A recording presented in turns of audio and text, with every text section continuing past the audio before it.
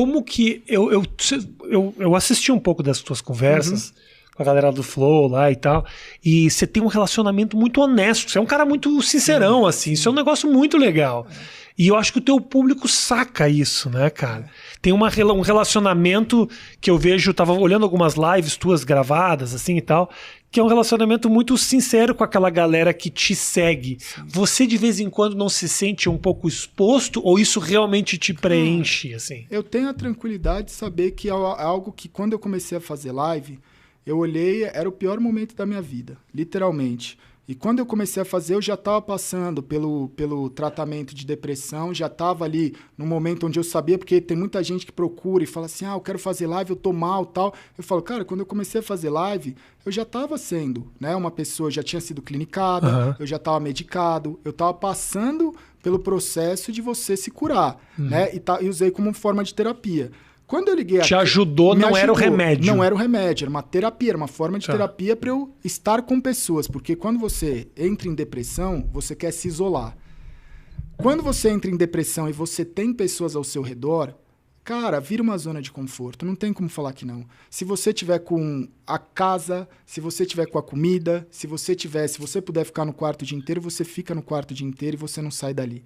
No meu caso, eu tava sozinho. Então era um negócio do tipo assim, se eu ficar deitado, amanhã eu não tenho onde dormir. Eu já não tenho muito o que comer. Se eu não for atrás do que comer, eu não vou ter nada absolutamente. Então, quando eu olhei aquilo, eu falei, eu preciso fazer coisas. Eu tentei pensar de uma maneira racional. Eu falei, eu preciso fazer coisas que vai doer, mas se eu não fizer isso, acabou.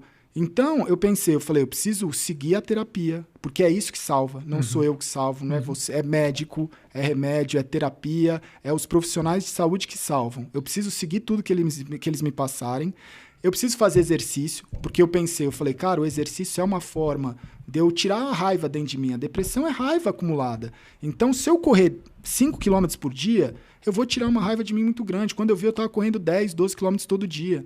E alimentação, porque é uma coisa que uma coisa junta a outra. Eu falei, se eu fizer os 3, eu vou estar bem. Quando eu olhei e falei assim, o que mais que eu posso fazer? Porque eu estou isolado. Eu tenho meu computador, eu tenho internet, eu conheço dos jogos, sei que esse mercado de streaming é algo que pode, né, já estava crescendo, mas eu acho que ainda está no começo, porque a internet, jogos, você está sempre no começo. Parece que sempre está bombando, mas sempre tem gente que não sabe o que é. Então você tem sempre gente nova para chegar. E aí eu olhei e falei, quer saber, velho, eu vou fazer a stream, mas eu não vou fazer só a stream para criar conteúdo, eu vou fazer stream para criar relação. Porque é isso que eu estou precisando. Eu preciso me relacionar. Perfeito. E aí, quando eu comecei a fazer live, tinha 5 pessoas, 10 pessoas, eu comecei a trocar ideia com o cara de vida. Eu comecei a trocar ideia, que o cara entrava lá e falava, você vai jogar o quê? Eu falava, sei lá, velho, mas que bom que você tá aqui, porque agora eu tenho com quem conversar. Ótimo. Então, legal. O que eu vou jogar virava o plano de fundo para alguma coisa que eu tava trocando ideia de algum assunto ou de alguma coisa boa. E aí começaram a surgir dúvidas de tipo, cara, você tá chapado? Você tá drogado? O que é? Eu falava, mano, eu tô tomando remédio. Mas você tá tomando remédio por quê? Pô, porque aconteceu isso, isso e isso. E aí, quando as pessoas começaram a olhar e falar assim, cara, mas por que você tá falando isso? Um streamer não fala isso.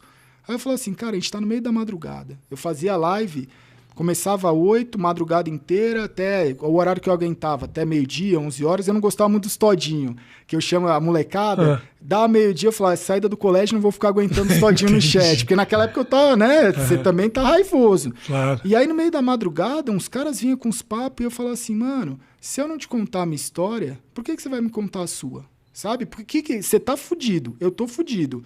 Você quer vir aqui, quer me contar algo pesado. Eu também quero, tá ligado? Eu também tenho esse direito. Claro. E aí a gente começou a estabelecer uma relação onde eu falava assim, cara, quando você erra, né? Você muitas vezes erra por não é uma pessoa que a pessoa que erra ela não é uma pessoa do mal. Você tá aprendendo. Né? Você vai cometer erros na sua vida. E tem coisas que você vai passar que a culpa não é sua. Igual eu estava falando lá de separação, briga familiar, muitas vezes a culpa não é sua. Então você vai ter vergonha disso. Coisas que aconteceram comigo, o pessoal falava, você não tem vergonha? Eu falava, mas mano, a culpa não é minha. Por que eu vou ter vergonha de falar que aconteceu isso, ou que aconteceu aquilo, ou que eu passei por isso? Eu falava assim, cara, se eu não tirar isso de dentro de mim e dividir com as pessoas, eu vou ficar segurando esse peso. E esse peso vai se transformar de novo em depressão ou em alguma coisa que eu acho que foi muito mais racional pelo instinto de sobrevivência.